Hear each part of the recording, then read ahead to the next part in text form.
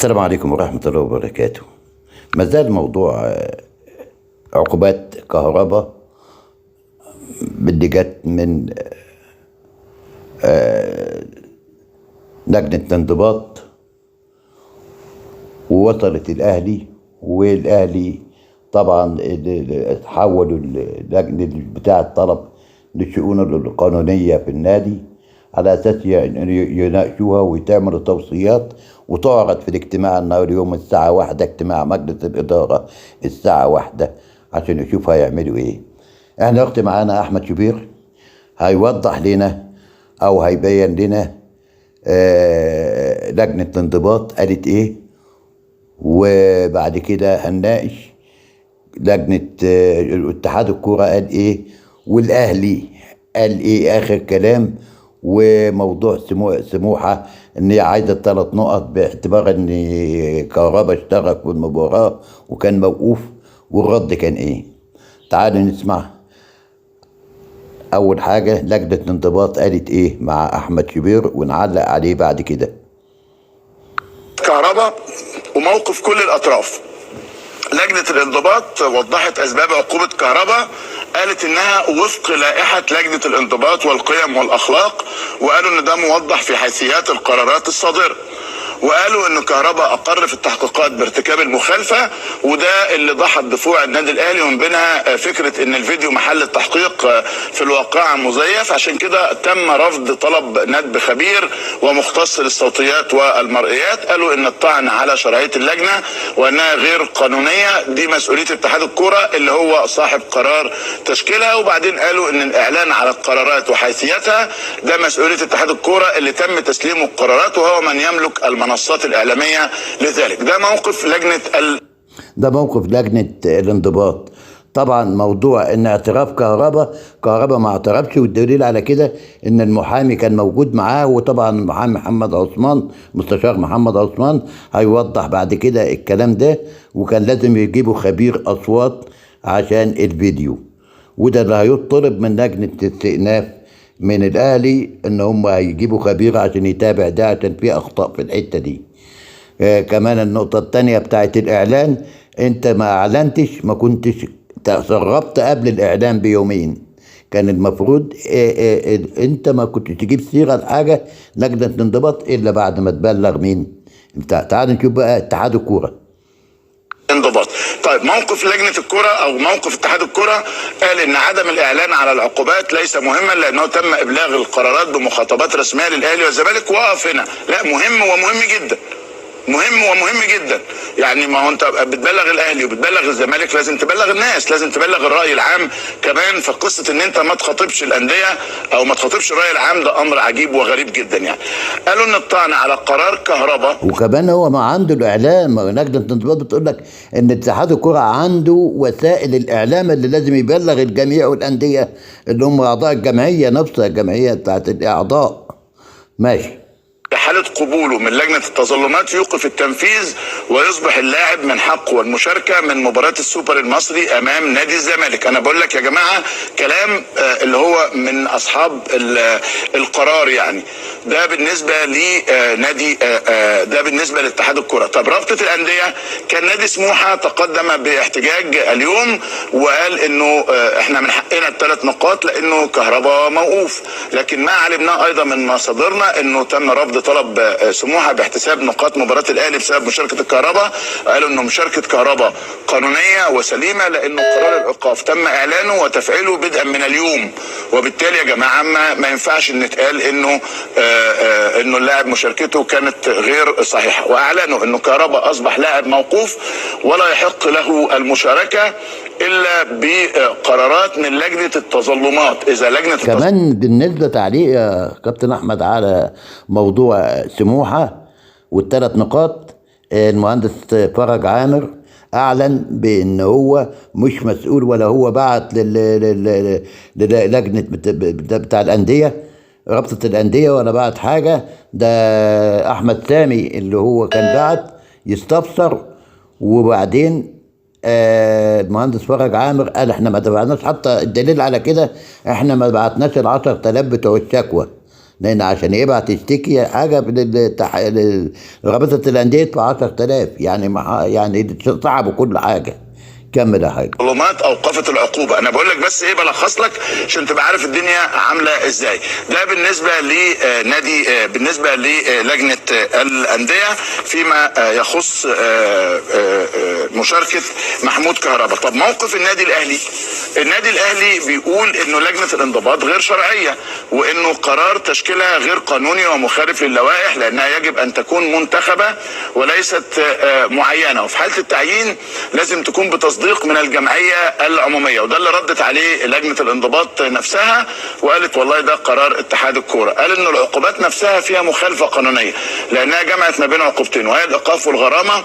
مفترض انه تكون في عقوبه واحده. انا بقول لك راي كل الناس، يعني اتحاد الكوره، رابطه الانديه، لجنه الانضباط، وايضا النادي الاهلي. قالوا كمان ان اللجنه رفضت استخدام خبير ومختص في الصوتيات والمرئيات عشان فحص الفيديو، رغم ان الاهلي طعن على الفيديو محل التحقيق، وقالوا انه واحنا اتكلمنا بكده ان ده الطعن ده هيمشي بقى مع الاستئناف يا كابتن احمد. وكمان عمليه ان مسؤوليه الاتحاد بتاعت غير قانونيه، ان لجنه انضباط واللجان دي غير قانونيه عشان الانتخابات، اللي ما فيش انتخابات، ما فيش جهات بالتعيين. فدي برضو هتبقى مرجعيه مش للاتحاد بقى، اللي هي التصعيد الاولمبيه هنا، والتصعيد هناك في الاتحاد، في الفيفا وفي الكاف. ده اللي هيجيب الحل الموضوع ده. كمل. الاهلي كمان هيطعن على قرارات لجنه الانضباط، وقالوا انه كل الاحتمالات مطروحه على طاوله مجلس اداره النادي الاهلي اليوم. هذا ما يخص موضوع كهربا. طيب السؤال، وكمان في خطاب من اتحاد الكوره للنادي الاهلي بخصوص كهربا، اللي هو السيد الدكتور سعد شلبي المدير التنفيذي. بنقول لك انه جالنا النهارده قرار لجنه الانضباط برقم ورد 2337 في الشكوى رقم كذا، والمقدمه من نادي الزمالك ضد اللاعب محمود عبد المنعم كهربا.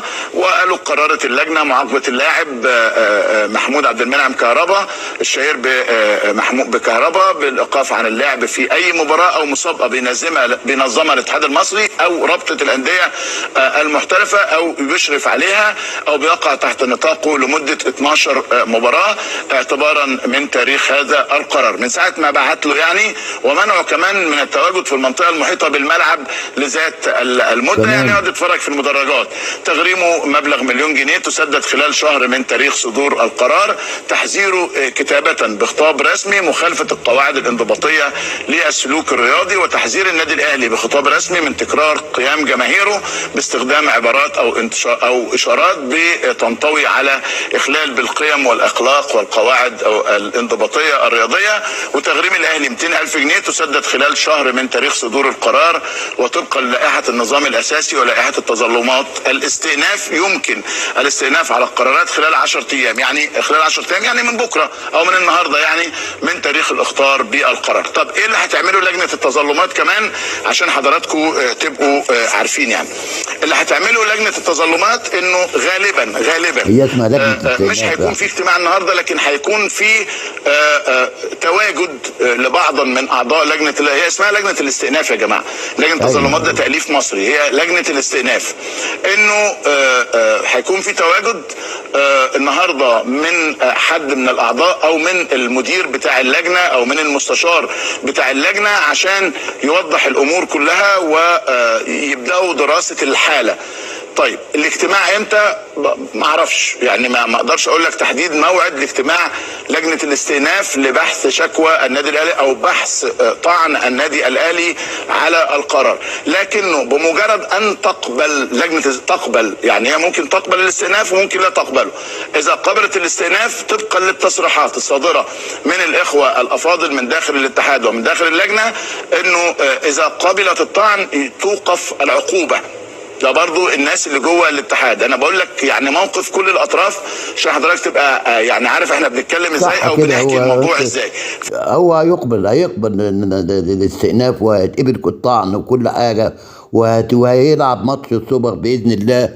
واذا ما لعبش الاهلي نفسه مش هيلعب الماتش. اذا ما كهربا ده عمليه كرامه، اذا كهربا ما لعبش ماتش السوبر 5-5 لا، يبقى الاهلي مش هيلعب ماتش السوبر، وكمان هيصعد بقى، وهيبقى العمليه كلها حق وحقك، والحق يتاخد، لان كده غلط. لما كده بيذبحوا في لاعب اسطوره، يعني اسطوره بالنسبه للفريق القومي، كنز للفريق منتخب مصر.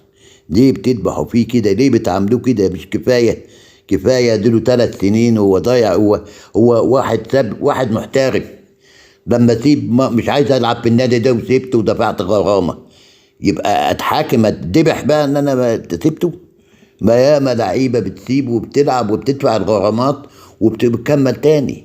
ده احتراف يا جدعان، احتراف. انا ممكن ارجع في البيعه وادفع اغرم زي تاجر، انما ليه في ذبح؟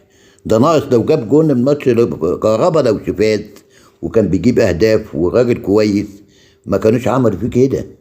كهربا منه ربنا سبحانه وتعالى بينصفه لانه مظلوم، لان العقد بتاعه كان اتضرب واتسجل غلط، كان هو على حق.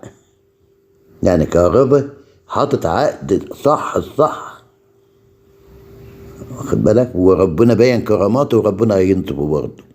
ربنا هينصف كهربا بإذن الله، وهيلعب وكل حاجة، ولجنة الانضباط دي هتتحل بعون الله من الفيفا والاتحاد المصري ده اللي بيبوظ الدنيا، وسيادة الوزير اللي مأخر حتى القرار بتاع جاله الجواب، المفروض يروح يعزل مرتضى ويخلص بقى الموضوع ده. قبل ما نختم حلقتنا، فضل وليس امرا تعمل لايك للفيديو، مشاركه للقناه، وتعلق بذكر الله. والى اللقاء في حلقه جديده من قناه محمد الحشاش عاشق الكيان، والسلام عليكم ورحمه الله وبركاته.